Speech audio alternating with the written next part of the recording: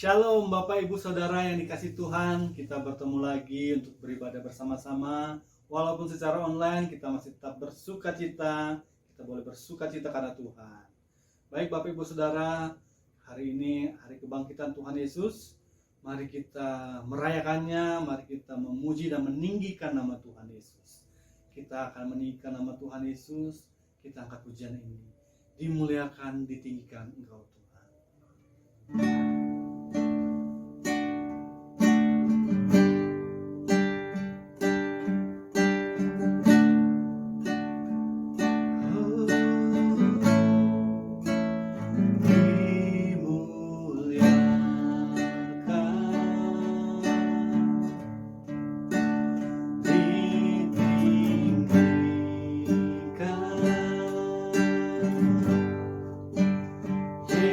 Yesus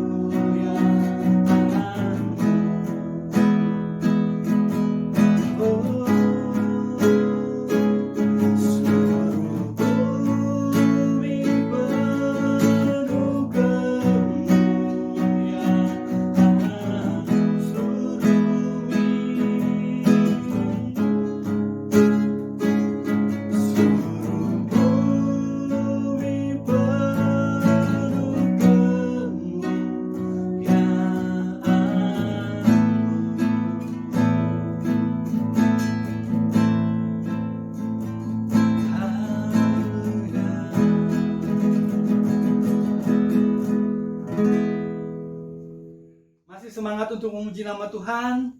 Mari kita bangkit berdiri, atau yang sudah berdiri tetap berdiri. Kita akan bersorak-sorak bagi Tuhan, kita mau merayakan kebangkitan Tuhan. Kita angkat pujian ini, haleluya.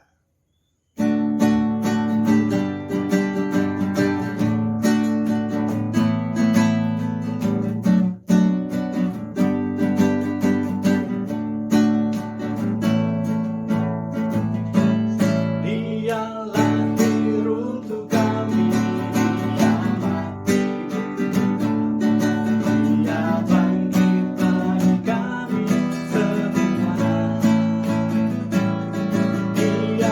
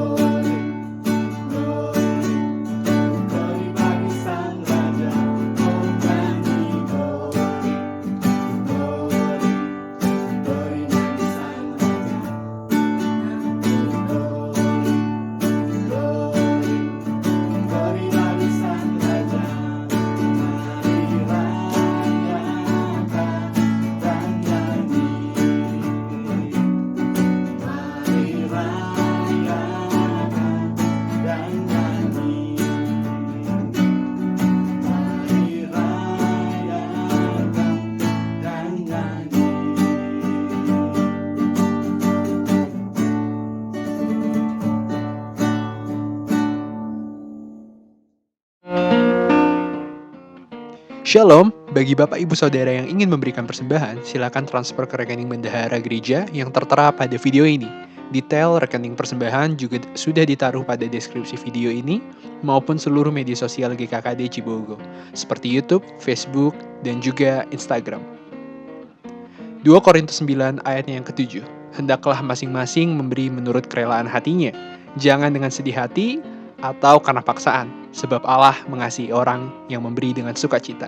Jadi, mari kita memberi dengan sukacita.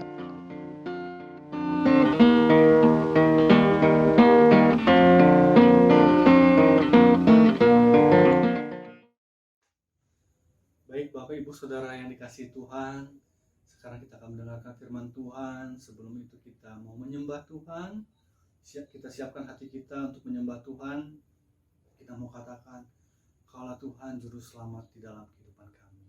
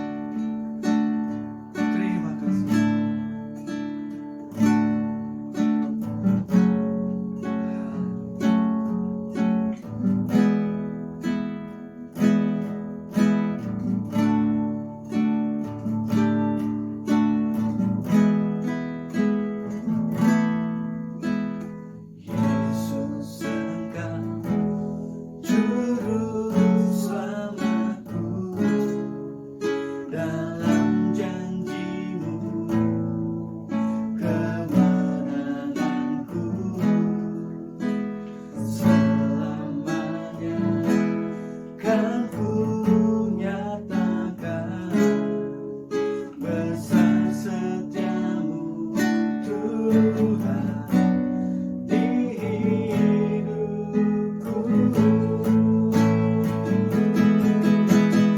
Yesus Engkau juru selamatku, dalam janji-Mu kemenanganku. Selamanya kan ku nyatakan besar setiamu Tuhan di hidupku. Besar setiamu Tuhan di hidupku. Besar setiamu Tuhan di hidupku.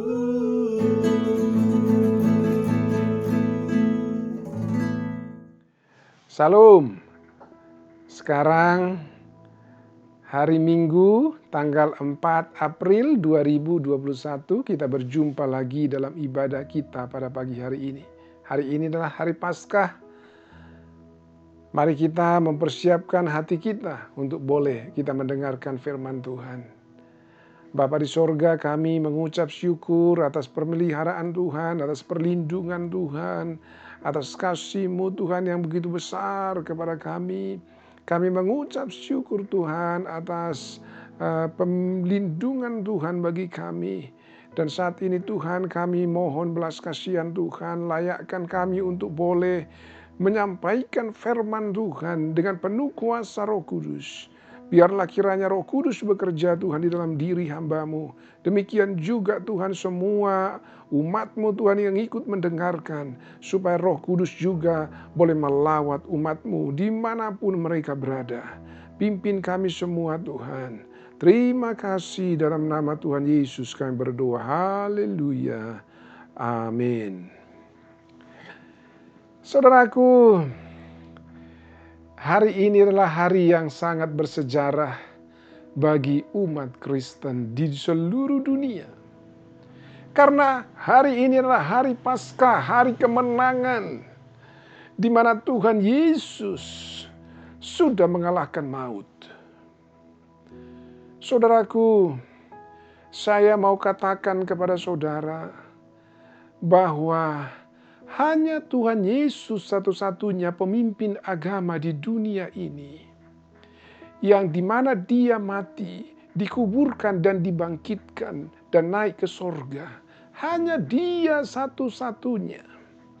Tidak ada pemimpin agama di dunia ini yang bangkit dari kematian dan naik ke sorga. Tidak ada. Dan kalau kita lihat saudaraku di dalam Alkitab, 1 Korintus 15 ayatnya yang ke-17. Ya. 1 Korintus 15 ayatnya yang ke-17. Saya baca untuk kita. Dan jika Kristus tidak dibangkitkan, maka sia-sialah kepercayaan kamu dan kamu masih hidup dalam dosamu.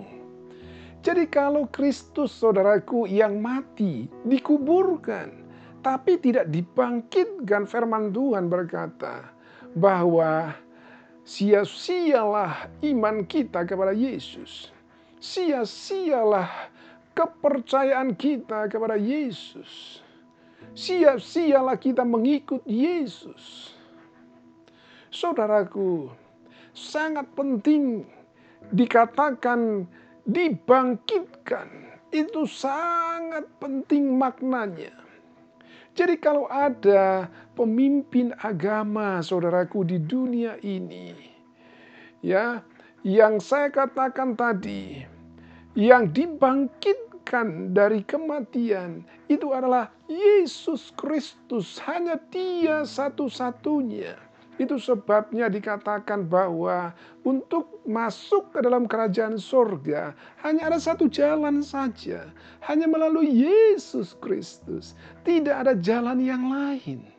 Karena semua pemimpin agama di dunia ini mereka mati, mereka tidak dibangkitkan. Tapi Yesus, dia mati, dikuburkan dan dibangkitkan naik ke sorga.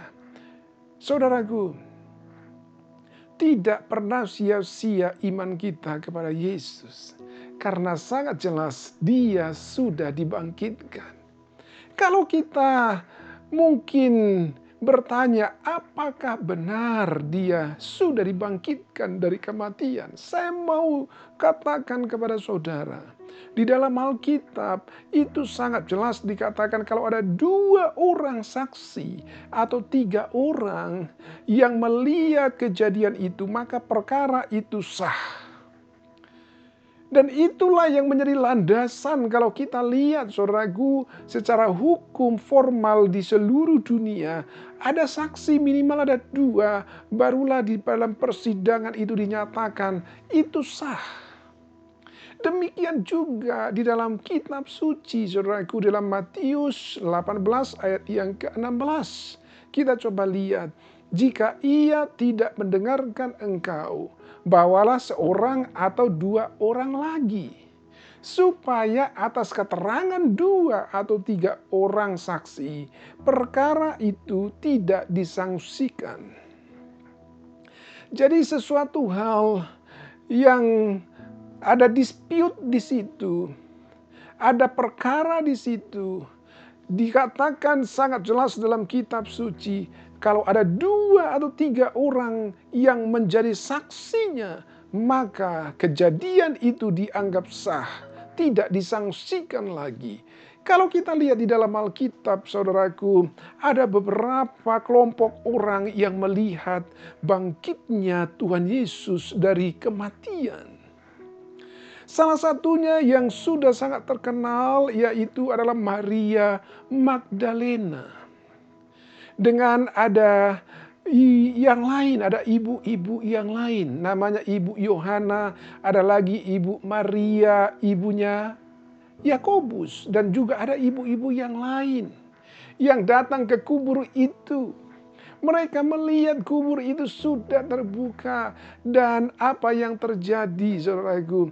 Ada 2 malaikat Tuhan ada di sana. Dan malaikat itu menjadi saksi bahwa Tuhan Yesus sudah bangkit dari kematian.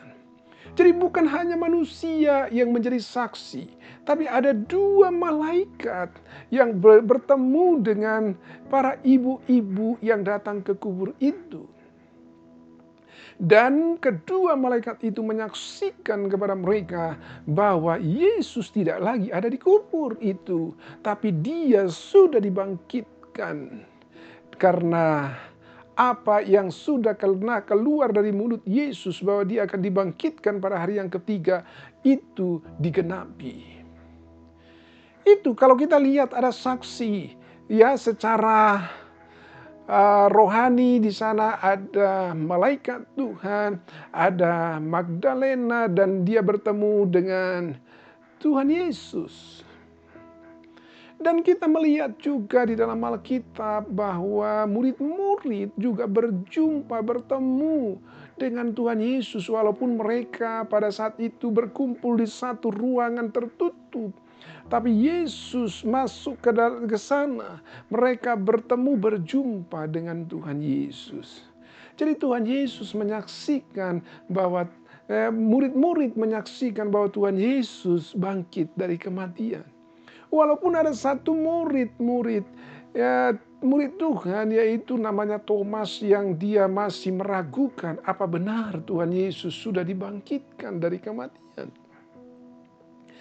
Tapi walaupun demikian pada waktu berikutnya Tuhan Yesus menampakkan diri kembali kepada murid-murid dan pada saat itu ada Thomas dan akhirnya Thomas percaya kepada kejadian itu, perkataan itu, kesaksian itu. Dan dia tidak lagi meragukan apa yang selama ini ada di dalam hatinya. Dan dia melihat Yesus. Dan dia percaya. Itu sebabnya Tuhan Yesus mengatakan berbahagialah orang yang tidak melihat tapi percaya. Berbeda dengan Thomas, dia melihat dulu baru dia percaya. Tapi kalau kita sekarang ini kita tidak melihat Yesus secara kasat mata, tapi kita percaya firman Tuhan mengatakan kita adalah orang-orang yang berbahagia. Nah, saudaraku, kalau kita lihat lagi sebab yang sangat penting telah kusampaikan kepadamu, yaitu apa yang telah kuterima sendiri, ialah bahwa Yesus. Nah, ini kita lihat 1 Korintus 15 ayatnya yang ketiga. Ini berkaitan dengan kesaksian daripada Paulus, saudaraku. Paulus sebelumnya dia adalah orang yang sangat giat untuk menganiaya jemaat Tuhan. Dia memiliki pendidikan keagamaan yang cukup tinggi. Dan dia sangat luar biasa menganiaya jemaat. Apa yang kita lihat dari kesaksian Paulus dalam 1 Korintus 15 ayatnya yang ketiga. Sebab yang sangat penting telah kusampaikan kepadamu, yaitu apa yang telah kuterima sendiri, ialah bahwa Kristus telah mati karena dosa-dosa kita, sesuai dengan kitab suci. Dan dia menyaksikan, saudaraku, bahwa Yesus telah mati. Ya, itu sesuatu hal yang tidak bisa disangkal. Itu adalah fakta bahwa Tuhan Yesus mati. Dan dikatakan lagi ayatnya yang berikutnya bahwa ia telah dikuburkan. Dan bahwa ia telah dibangkitkan pada hari yang ketiga sesuai dengan kitab suci. Ini adalah fakta yang tidak bisa disangkal oleh siapapun. Karena sangat jelas ada saksi-saksi yang mengatakannya, yang menuliskannya. Dan bahwa ia telah dibangkitkan pada hari yang ketiga. Kita coba lihat lagi berikutnya. Bahwa ia telah menampakkan diri kepada Kefas. Dan kemudian kepada ke-12 muridnya. Jadi kalau kita lihat, saudaraku, lebih daripada 2 atau 3 orang saksi yang melihat Tuhan Yesus bangkit dari kematian. Jadi kalau ada 2-3 orang, kitab suci berkata bahwa kejadian itu sah. Tidak bisa disangkal. Itu adalah sesuatu hal yang menjadi fakta. Jadi kalau dalam pengadilan itu sangat jelas itu menjadi fakta. Karena ada 2-3 orang yang memberikan kesaksian yang sama. Nah, kita lihat lagi berikutnya. Sesudah itu ia menampakkan diri kepada lebih dari 500 saudara sekaligus. Nah, ini luar biasa. Jadi bukan hanya 2-3 orang saksi, tapi lebih daripada 100 orang. Ini ada 500 saudara sekaligus. Kebanyakan dari mereka masih hidup sampai sekarang, tetapi beberapa dari antara mereka telah meninggal. Selanjutnya ia menampakkan diri kepada Yakobus, kemudian kepada semua rasul. Dan berikutnya, dan yang paling akhir dari semuanya, ia menampakkan diri juga kepadaku. Sama seperti kepada anak yang lahir sebelum waktunya. Jadi kalau kita lihat, saudaraku, faktanya bahwa Yesus sudah mati, bahwa Yesus dikuburkan, bahwa Yesus sudah dibangkitkan naik ke surga. Dan itu dibuktikan oleh banyak saksi.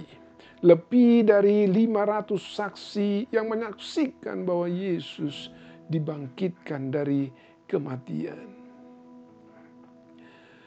Oh, haleluya. Kita bersyukur, saudaraku, kita punya Tuhan sebagai juru selamat kita yang sudah memastikan dirinya ada di dalam kerajaan surga saat ini. Jadi kalau dia saat ini ada dalam kerajaan surga, berarti dia sudah tahu jalan ke surga. Dan kalau kita percaya kepada Yesus, maka dia akan membawa kita ke tempat di mana Tuhan Yesus berada. Jadi kita tidak perlu lagi meragukan. Nah, kita lihat saudaraku, topik daripada khotbah pada pagi hari ini adalah Paskah membawa perubahan. Nah, perubahan yang terjadi dalam hidup Paulus. Kita coba lihat saudaraku, kita mengupas, mempelajari bagaimana kehidupan Paulus pada saat dia belum percaya kepada Yesus. Kita sangat jelas sudah kita ketahui bahwa nama Paulus sebelumnya adalah Saulus. Dia penganiaya jemaat Tuhan. Dia sangat giat untuk itu. Apa yang dilakukan oleh Saulus, dia begitu happy, dia begitu senang. Mungkin dia tertawa, terbahak-bahak pada saat melakukannya, menyiksa, menganiaya jemaat Tuhan. Dia barangkali bahagia menganggap itu adalah sesuatu hal yang menjadi hal yang baik dalam dirinya. Menganiaya jemaat itu menjadi sesuatu hal buat dia menjadi ada pahala mungkin dalam dirinya, dalam hidupnya. Tapi setelah dia berjumpa dengan Tuhan Yesus, setelah dia melihat langsung Tuhan Yesus, akhirnya berubah semuanya saudaraku. Cara pandangnya berubah. Statusnya berubah. Namanya yang sebelumnya Saulus berubah menjadi Paulus. Demikian juga kalau kita lihat saudaraku, statusnya secara rohani yang sebelumnya dia binasa karena dosa-dosanya, karena pelanggaran-pelanggarannya. Sekarang dia diselamatkan dari situ. Nah, statusnya berubah. Sekarang statusnya sudah jelas dia menjadi orang yang diselamatkan. Ada perubahan yang terjadi dalam hidup Paulus.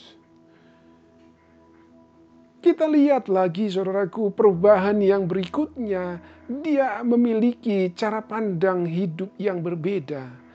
Dahulu sebelum dia melihat, berjumpa dengan Tuhan Yesus, dan setelah dia melihat dan berjumpa dengan Tuhan Yesus, ada perubahan. Cara hidupnya, cara pandang kehidupan, tujuan hidup berubah total. Kalau mungkin sebelumnya tujuan hidupnya adalah dia mau menjadi orang hebat, orang pintar, pengetahuannya luar biasa banyak. Mungkin ada satu kesombongan di dalam dirinya. Tapi setelah dia percaya kepada Tuhan Yesus, semua dianggap sampah. Semua dianggap sampah. Dan yang menjadi utama dalam hidupnya yaitu menjalankan apa yang menjadi panggilannya. Dia memberitakan Injil kemanapun Tuhan utus dia, dia lakukan, dia kerjakan. Saudaraku, apa yang dilakukan oleh Paulus sudah dikatakan oleh Tuhan Yesus sebelumnya di dalam Yohanes 20 ayatnya yang ke-19. Saya baca untuk kita ya, Yohanes 20 ayatnya yang ke-19. Ketika hari sudah malam pada hari pertama minggu itu, berkumpullah murid-murid Yesus di suatu tempat dengan pintu-pintu yang terkunci karena mereka takut kepada orang-orang Yahudi. Pada waktu itu datanglah Yesus dan berdiri di tengah-tengah mereka dan berkata, damai sejahtera bagi kamu. Kita lihat ayatnya yang ke-20. Yohanes 20 ayat yang ke-20. Dan sesudah berkata demikian, ia menunjukkan tangannya dan lambungnya kepada mereka. Murid-murid itu bersukacita ketika mereka melihat Tuhan. Ayat 21, maka kata Yesus sekali lagi, damai sejahtera bagi kamu. Sama seperti Bapa mengutus aku, demikian juga sekarang aku mengutus kamu. Jadi ini adalah cara pandang Paulus yang sangat berbeda dengan sebelumnya. Ketika dia berjumpa dengan Tuhan Yesus, dia melihat Yesus, maka ada perubahan yang drastis dalam hidupnya. Dia bersedia untuk diutus, sama seperti dalam Yohanes 20:21. Demikian juga sekarang aku mengutus kamu. Dia memberikan diri, saudaraku, untuk menjadi seorang misionaris. Untuk menjadi seorang pemberita Injil.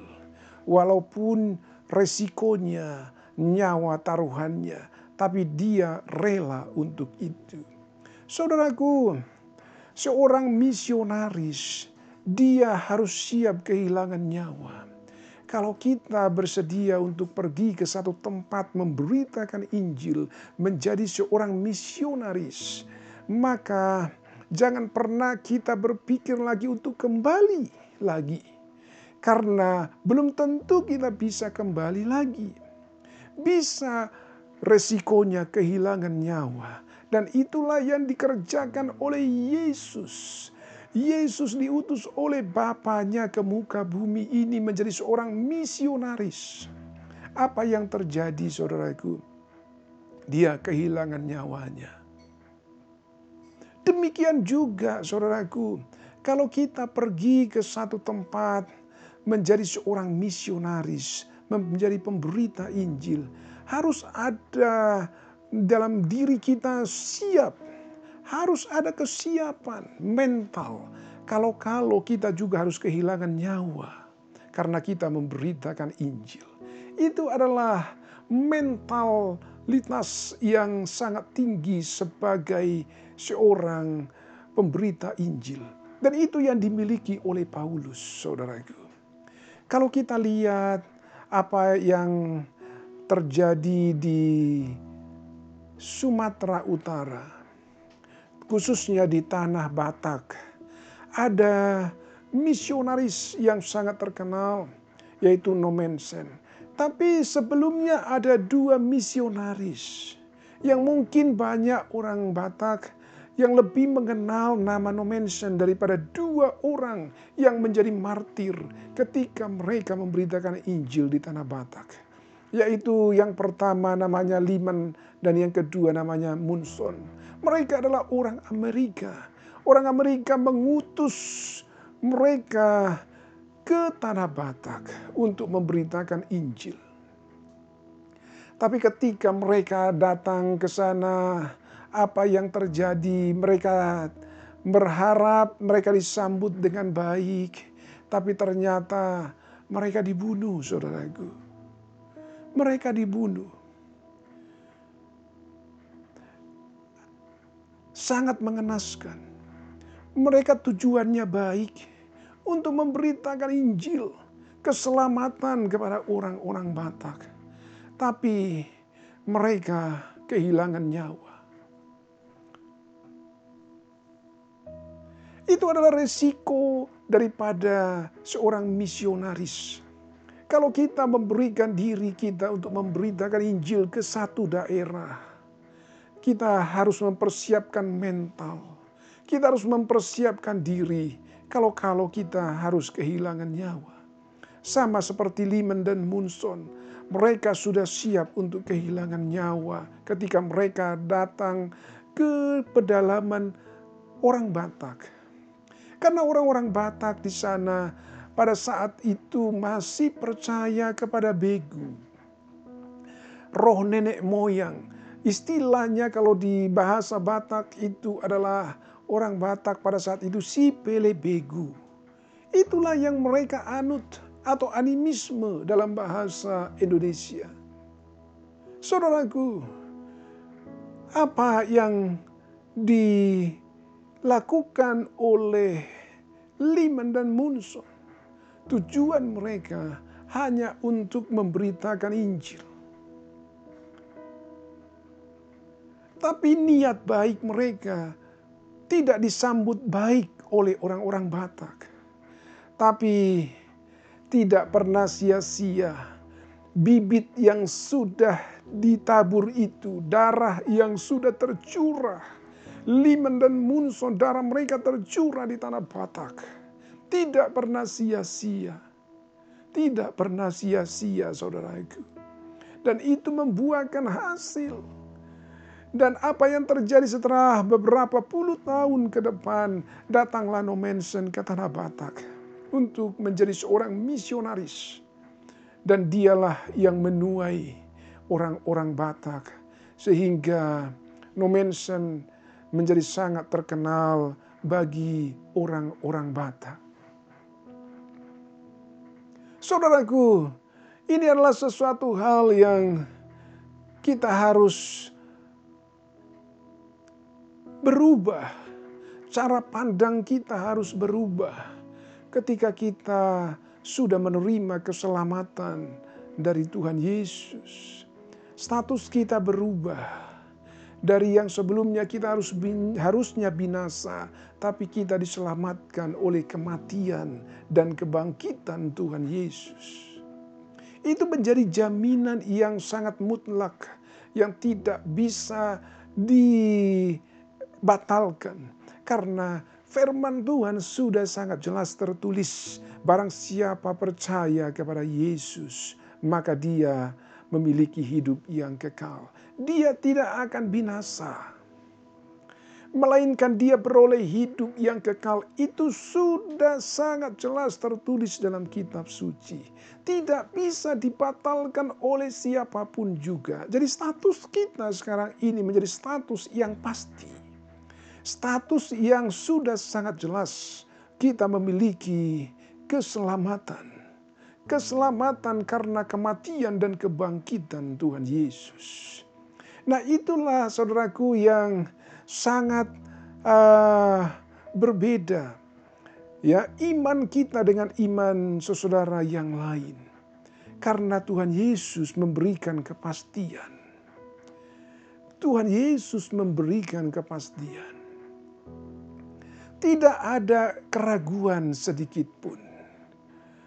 Itu yang sangat luar biasa ketika kita mempercayakan diri kita kepada Tuhan Yesus, maka hidup kita menjadi hidup yang pasti. Bukan lagi hidup yang abu-abu atau mungkin begitu kira-kira. Tidak. Atau mudah-mudahan tidak. Tidak ada seperti itu. Yang ada adalah kepastian. Kepastian.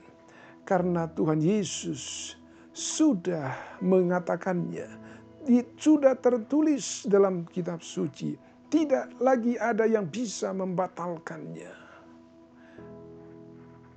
Karena jelas firman Tuhan mengatakan, tidak ada yang bisa membatalkan, menghilangkan satu iota atau satu titik pun dari hukum Taurat atau kitab para nabi atau janji Tuhan atau firman Tuhan. Tidak ada satu orang pun yang dapat membatalkannya. Saudaraku, apa yang terjadi kepada Paulus? Paulus dia memiliki api Roh Kudus yang berkobar-kobar dalam hatinya. Dia menjadi misionaris. Ada beberapa tempat yang dia jelajahi. Walaupun pada akhirnya dia harus dibawa ke penjara. Sampai dia dibawa ke Roma. Dia lakukan semua apa yang menjadi bagiannya. Dimanapun dia berada, dia memberitakan Injil Tuhan. Ketika dia ada di kapal, dia memberitakan Injil Tuhan. Ketika dia ada di Roma, dia memberitakan Injil Tuhan. Ketika dia ada di Asia kecil, dia memberitakan Injil Tuhan. Dia menjadi misionaris, dia menjadi berkat kepada setiap orang di mana dia berjumpa. Dan ini adalah perubahan yang luar biasa yang dialami oleh Paulus. Sekarang pertanyaannya, apakah kita mengalami perubahan dalam hidup kita setelah kematian dan kebangkitan Tuhan Yesus? Atau biasa-biasa saja, tidak ada yang berubah dalam hidup kita? Kalau benar Tuhan Yesus mati, Tuhan Yesus dikuburkan, Tuhan Yesus dibangkitkan, dan kita imani, kita terima Dia sebagai Tuhan dan Juru Selamat kita, maka dipastikan hidup kita pasti berubah. Dipastikan hidup kita pasti ada perubahan. Tidak bisa tidak, pasti ada perubahan. Kalau tidak ada perubahan berarti ada yang salah dalam hidup kita, saudaraku. Mungkin kepercayaan kita kepada Tuhan Yesus hanya kata orang. Jadi belum dengan segenap hati. Saya percaya kalau kita percaya kepada Yesus dengan segenap hati kita, dengan segenap jiwa kita, dengan segenap raga kita, kekuatan kita, saya percaya pasti ada perubahan. Pasti ada perubahan. Itu sebabnya Tuhan mengatakan, kalau kita mau mengasihi Tuhan, kasihilah Dia dengan segenap hatimu, dengan segenap jiwamu, segenap roh, segenap akalmu, segenap kekuatanmu, kasihi Dia. Apakah kita sudah mengasihi Tuhan seperti itu? Dan itulah yang dilakukan oleh Paulus. Dia mengasihi Tuhan Yesus dengan segenap jiwa raganya. Dia pertaruhkan nyawanya. Dia tidak pedulikan lagi nyawanya. Kalau dia harus kehilangan nyawa karena memberitakan Injil, biarlah itu terjadi. Mungkin itulah yang ada di benak Paulus. Yang penting berita Injil itu disebarkan kepada banyak orang. Jadi tujuan hidupnya berbeda. Tujuan hidupnya saat ini berbeda. Setelah dia melihat Tuhan Yesus berubah cara pandang hidupnya. Saudaraku, inilah yang kita harus kerjakan di muka bumi ini. Karena kita adalah misionaris-misionaris Tuhan. Sudah sangat jelas dikatakan tadi dalam Yohanes 20 ayat 21 bahwa kita adalah misionaris. Mungkin kita ditempatkan, saudaraku, sebagai pekerjaan kita sebagai sekuler seperti Daniel, Sadrak, Mesak, Abednego, sama dengan Yusuf. Mereka adalah memiliki pekerjaan sekuler, tapi mereka menjalankan misi Tuhan. Mereka menjadi seorang misioner. Mereka menjadi seorang misionaris. Itu yang mereka kerjakan. Jadi tidak harus menjadi seorang pendeta baru kita menjadi seorang misionaris. Pemberita Injil. Dimanapun kita berada, status kita apapun, kita bisa mengerjakan apa yang diperintahkan oleh Tuhan kepada kita. Tuhan mengatakan, sama seperti Bapa mengutus aku, demikian juga sekarang aku mengutus kamu. Jadi kalau Tuhan sudah mengutus kita, itu artinya saat ini sudah terjadi, saudaraku. Itu berlaku untuk semua orang-orang yang percaya kepada Yesus. Kita sudah diutus oleh Tuhan Yesus di muka bumi ini. Untuk memberitakan Injil, untuk menjadi seorang misionaris. Kemanapun, dimanapun. Dan itu sebabnya sekali lagi saya katakan kalau kita sadar kita sebagai seorang misionaris, maka kita harus siap untuk kehilangan nyawa. Itu sudah menjadi prinsip kita mengikut Tuhan. Itu sudah harusnya melekat di dalam hati kita. Karena bagaimanapun, saudaraku, apa yang dilakukan oleh para murid-murid, para rasul-rasul, Mereka tidak pernah mempertahankan nyawa mereka, tapi mereka lebih rela kehilangan nyawa karena memberitakan Injil. Mereka tidak peduli lagi dengan nyawa mereka. Yang penting Injil kerajaan Tuhan disebarkan kebanyak-banyaknya kepada orang lain. Dan itulah yang harusnya kita adopsi, saudaraku. Itulah yang kita harus teladani. Tuhan Yesus juga sama, dia diutus oleh Bapanya menjadi seorang misionaris. Dia memberitakan Injil kemana-mana, baik itu di desa-desa, baik itu di kota-kota. Dia beritakan Injil. Baik itu kepada orang miskin, baik itu kepada orang kaya, orang terpandang, dia beritakan Injil. Dan karena dia memberitakan Injil, akhirnya dia harus kehilangan nyawa. Tapi tidak pernah sia-sia. Tidak pernah sia-sia, saudaraku. Karena kalau darah orang percaya tertumpah, karena dia memberitakan Injil, tidak pernah sia-sia. Maka itu nanti akan membuahkan banyak orang-orang percaya yang lain. Dan itulah yang terjadi, saudaraku. Ada banyak orang, mungkin lawan-lawan daripada musuh-musuh Tuhan Yesus. Pada saat itu mereka berpikir bahwa ajaran Tuhan Yesus sudah selesai karena dia sudah mati. Ternyata tidak. Masih terus berkembang bahkan sampai sekarang ini. Jadi kerinduan Tuhan, saudaraku, supaya kita sama seperti Yesus. Supaya boleh kita menjadi misionaris dimanapun kita ditempatkan oleh Tuhan.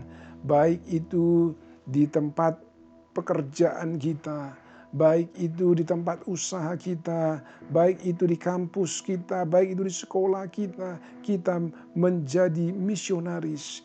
Kita memberitakan Injil, kita menyaksikan bagaimana kebesaran Tuhan, bagaimana keselamatan hanya ada di dalam Tuhan Yesus. Hanya ada di dalam Tuhan Yesus. Jadi saudaraku, inilah yang menjadi renungan firman Tuhan bagi kita pada saat Paskah ini. Ya, semoga ini menjadi hal yang membawa dampak yang baik, dampak yang positif, supaya boleh kita semakin berubah, cara pandang kita, tujuan hidup kita berubah ke depan. Hidup kita boleh semakin berarti, boleh membawa banyak jiwa kepada Tuhan. Oh haleluya, haleluya. Mari kita siapkan hati kita, kita mau akhiri ibadah kita. Kita respon firman Tuhan. Saudaraku, dimanapun saudara berada pada saat ini, engkau sudah mendengarkan firman Tuhan. Apakah selama ini engkau sudah sungguh-sungguh percaya kepada Yesus sebagai Tuhan dan Juru Selamatmu? Atau hanya ikut-ikutan saja karena kata orang? Kalau hanya ikut-ikutan saja, mungkin saat ini imanmu belum begitu kuat, belum begitu teguh. Tapi melalui pemberitaan firman Tuhan pada pagi hari ini, sangat jelas dikatakan bahwa Yesus itu sudah mati, bahwa Yesus itu dikuburkan, bahwa Yesus itu sudah dibangkitkan, dan itu dibuktikan dengan banyak saksi-saksi pada saat itu. Dan itu memastikan bahwa Tuhan Yesus adalah seorang juru selamat. Dia adalah pemimpin agama yang hanya dia satu-satunya yang setelah mati dia bangkit kembali dan naik ke sorga. Hanya Tuhan Yesus satu-satunya, sehingga hanya dialah satu-satunya jalan untuk masuk ke dalam kerajaan sorga. Jangan pernah engkau ragu dengan hal itu, karena itu adalah sesuatu hal yang menjadi fakta, tidak bisa disangkal karena sudah tertulis dalam firman Tuhan. tidak bisa digagalkan karena firman Tuhan tidak akan pernah berubah. Langit dan bumi boleh hancur semuanya, tapi firman Tuhan kekal selama-lamanya. Kalau sudah tertulis, maka itu pasti akan terjadi. Oh haleluya, haleluya. Saudaraku, kalau selama ini engkau masih belum menyadari engkau sebagai seorang misionaris, karena sesungguhnya orang yang percaya kepada Yesus Kristus, Tuhan mengatakan tadi dalam Yohanes 20 ayat 21 bahwa Dia sudah mengutus kita ke dunia ini. Dia mengutus kita sebagai seorang misionaris untuk menjalankan, melanjutkan apa yang menjadi pekerjaan Tuhan Yesus ketika Dia ada di bumi, yaitu memberitakan Injil Tuhan, memberitakan keselamatan kepada orang lain, dan kita yang melanjutkannya. Nah, mari kita kerjakan ini bersama-sama, saudaraku. Saya percaya kalau kita mengerjakan dengan sungguh-sungguh, maka hal-hal yang luar biasa akan terjadi dalam hidup kita. Sama seperti Yesus, hal-hal yang luar biasa terjadi dalam hidup Tuhan Yesus, dalam pelayanannya. Demikian juga apa yang dialami oleh para murid-murid, terjadi hal-hal yang luar biasa dalam pelayanan mereka, sehingga banyak jiwa-jiwa yang percaya, yang diselamatkan. Oh haleluya, haleluya. Mari kita arahkan hati kita kepada Tuhan. Kita mau tutup ibadah kita pada pagi hari ini. Haleluya. Tuhan memberkati engkau, Tuhan melindungi engkau kemanapun engkau pergi, dimanapun engkau berada. Apapun yang engkau kerjakan, Tuhan buat berhasil. Kalau saat-saat ini engkau sedang merintis usaha, sedang melakukan sesuatu hal yang baru, Tuhan memberkati semuanya itu. Tuhan membuat semuanya indah pada waktunya. Tuhan menyempurnakan semuanya sehingga nanti boleh berhasil dan engkau menjadi orang yang dahsyat, yang luar biasa dipakai oleh Tuhan di dalam usahamu. Kalau ada di antara saudara yang saat ini yang punya usaha, baik itu warung, baik itu usaha di satu toko tertentu, Tuhan memberkati usahamu. Kalau saat ini mungkin sepertinya sudah maju, Tuhan menambahkan lagi omsetmu, keuntunganmu berlipat kali ganda dari yang sekarang ini. Sehingga menjadi semakin besar, semakin bertambah besar. Oh Tuhan, terima kasih, Tuhan terima kasih. Tuhan, saat ini Tuhan biarlah Engkau arahkan Tuhan pandanganmu kepada kami Tuhan. Biarlah sinar kemuliaan Tuhan itu boleh melingkupi pikiran hati kami, perasaan kami. Oleh sukacita Tuhan boleh melingkupi kami. Damai sejahtera Tuhan boleh meliputi pikiran, hati, perasaan, jiwa kami ya Tuhan. Terima kasih Bapa, terima kasih. Dan kami terus perkatakan bahwa Tuhan Yesuslah tempat perlindungan kami. Tuhan Yesuslah tempat perteduhan kami. Darah Yesus kiranya menyelimuti kami semuanya. Terima kasih Bapa. Di dalam nama Tuhan Yesus Kristus kami berdoa, haleluya, sama-sama kita katakan. Amin. Selamat hari Minggu. Tuhan memberkati kita semua. Sampai berjumpa kembali dalam ibadah kita minggu yang akan datang. Haleluya, haleluya.